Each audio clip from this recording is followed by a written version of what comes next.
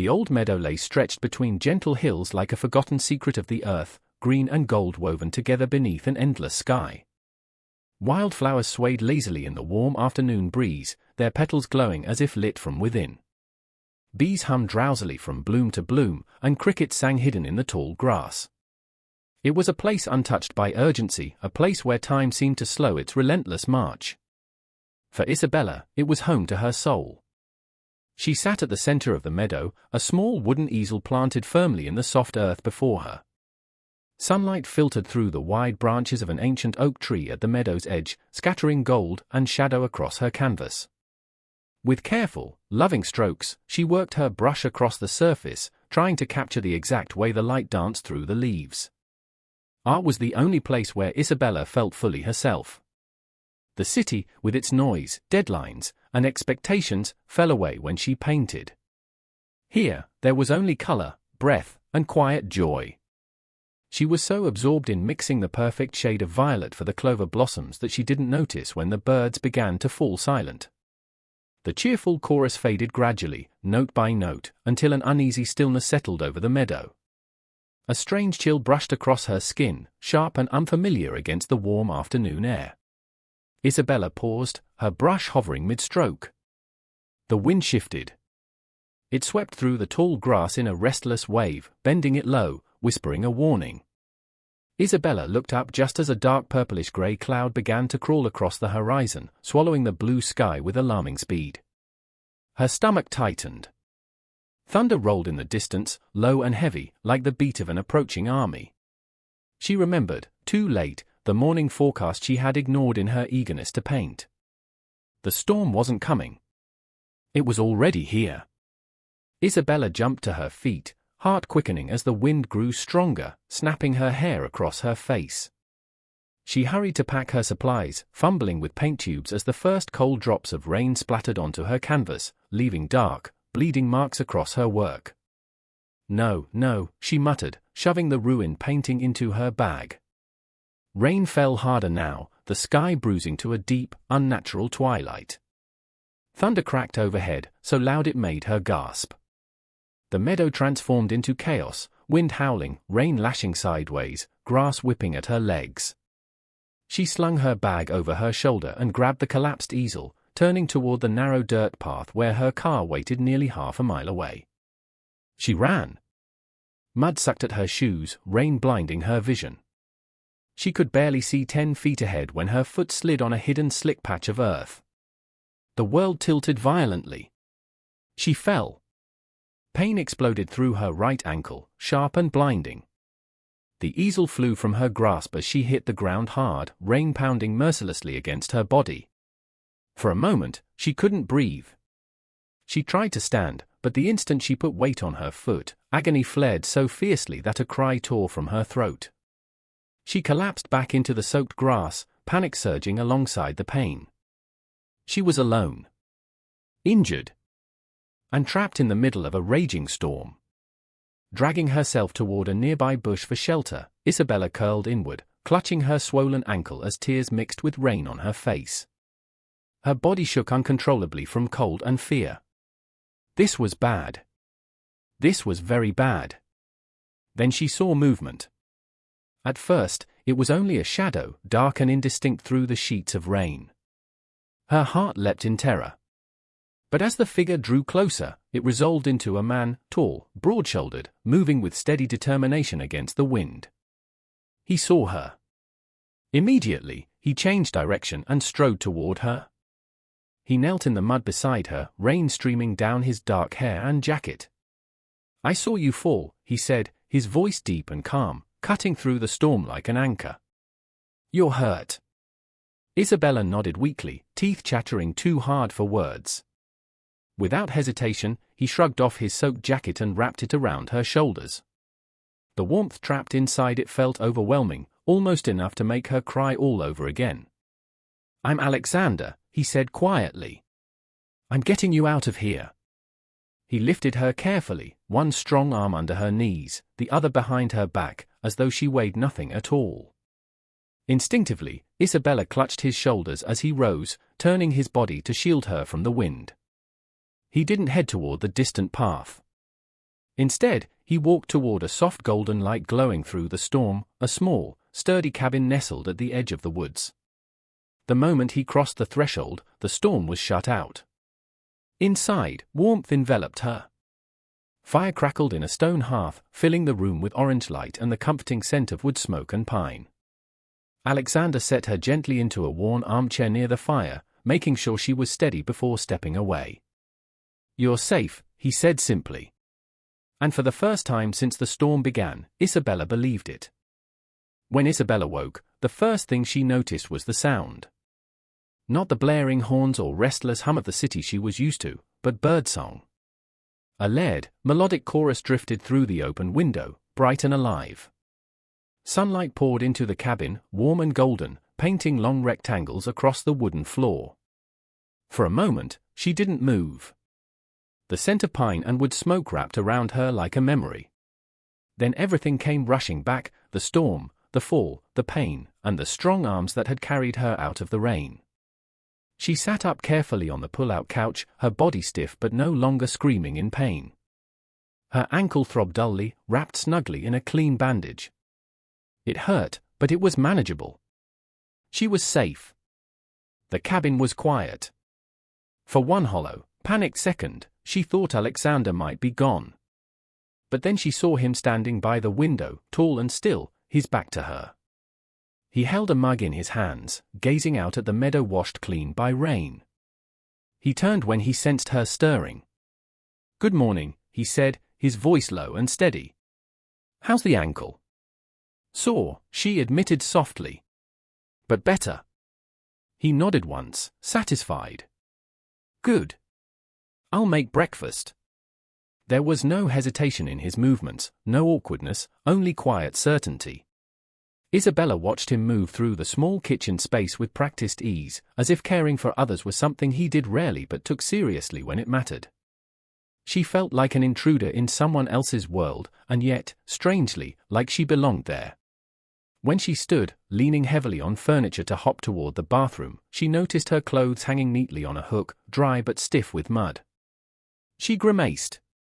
When she emerged again, she found a folded pile of clothes waiting for her on a wooden stool, soft sweatpants and a simple cotton shirt. "They'll be big," Alexander said, not looking at her as he flipped eggs in the pan. "But they're clean." "Thank you," she whispered, deeply touched by the quiet thoughtfulness of the gesture. She changed and returned to the small table, where he placed a plate of eggs and toast before her, along with a mug of strong coffee. They ate mostly in silence, but it wasn't uncomfortable. It was the kind of silence that felt earned, shaped by shared experience rather than absence. After breakfast, Alexander helped her to the armchair near the window, propping her injured foot on a stool with a pillow. "In case you get bored," he said, handing her her canvas bag before pulling on his boots. From the window, Isabella watched him walk across the damp grass toward a small barn, his movements sure and grounded. There was something deeply reassuring about him, like the land itself had shaped him into someone dependable and real. She opened her bag. Her painting from the meadow was ruined, colors blurred into a pale echo of what she'd intended. Disappointment flickered, but it didn't linger. Instead, a new impulse took hold. She set up her easel near the window and placed a fresh canvas before her. This time, she painted the cabin. The ladder leading to the loft. The rough-hewn logs. The way morning light spilled across the floorboards. She painted the quiet strength of the place, the sense of shelter it offered, not just from storms, but from the world. She was so absorbed she didn't hear Alexander return. He stood behind her for a long moment, simply watching. "You make it look like it feels," he said finally. She startled slightly, turning to see genuine awe in his eyes. "That's the nicest thing anyone's ever said to me," she replied. Something shifted between them then, not loudly, not dramatically, but unmistakably. The days that followed settled into an unexpected rhythm. Isabella's ankle healed slowly, and Alexander insisted, with calm, immovable firmness, that she stay until she could walk properly. He drove into town for supplies.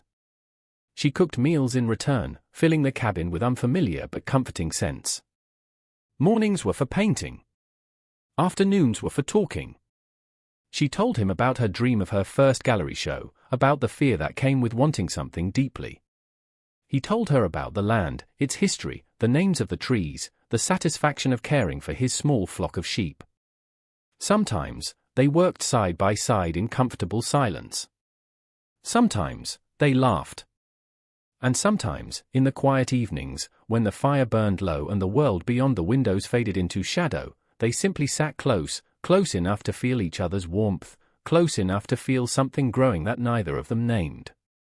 One evening, as twilight deepened into blue, Isabella stood at the sink washing dishes. Alexander stepped behind her to place his plate on the counter. He didn't move away. The air between them tightened, charged and still. Isabella turned slowly. His expression had changed, no longer just calm, but searching, vulnerable. He lifted a hand, brushing a stray strand of hair from her cheek with careful tenderness. The moment felt fragile. Sacred. He rested his forehead briefly against hers, as if grounding himself. "Your ankle," he murmured. "You should sit." She nodded, heart pounding, not with fear but with something warm and frightening and beautiful. From that night on, the closeness deepened, not rushed, not reckless, but steady. Built on trust. On care. On choosing each other in small ways every day. The meadow changed with the seasons, and so did they. Alexander smiled more. Isabella's laughter filled the cabin like light. He began talking about the future, using the word "we" with quiet certainty. "We could build you a studio," he said one evening, pointing toward the edge of the woods. "Right where the light's best." She believed him. And for the first time in her life, Isabella stopped wondering where she belonged. She already knew. Happiness, Isabella learned, could be quiet. It lived in small rituals, the way morning light spilled across the cabin floor, the sound of Alexander's boots on the porch at dawn, the comfort of knowing someone would be there when she looked up from her canvas. Her ankle healed fully, yet she felt no urgency to leave. The meadow no longer felt like a place she had stumbled into by chance. It felt claimed. Chosen. The cabin became theirs in ways that had nothing to do with ownership. Isabella set up a permanent painting corner by the largest window, her canvases leaning against the honey-colored logs. She painted the land through seasons, the emerald deepening of summer, the soft gold of early autumn. She painted Alexander, not formally, but in fragments, the quiet strength of his profile at sunrise, the steadiness of his hands resting on the table after a long day's work. Alexander changed too. The solitude that had once defined him softened, making room for laughter and shared evenings. He paused more often in his work to watch her paint, wonder flickering openly in his eyes, as if he couldn't quite believe his life now held such color. He spoke of the future without hesitation. "We'll build your studio," he said one evening as they sat on the porch, stars emerging one by one. "Big windows. All the light you want." She leaned into his side, believing every word. The intrusion came without thunder or warning. A sleek black car appeared one Tuesday morning, its polished surface out of place on the dirt road. A man in an expensive suit stepped out, smile sharp and rehearsed. He spoke of progress, of vision, of luxury homes that would rise where the meadow now breathed freely. He slid a thick folder across the table. The number inside was staggering. Alexander didn't even open it.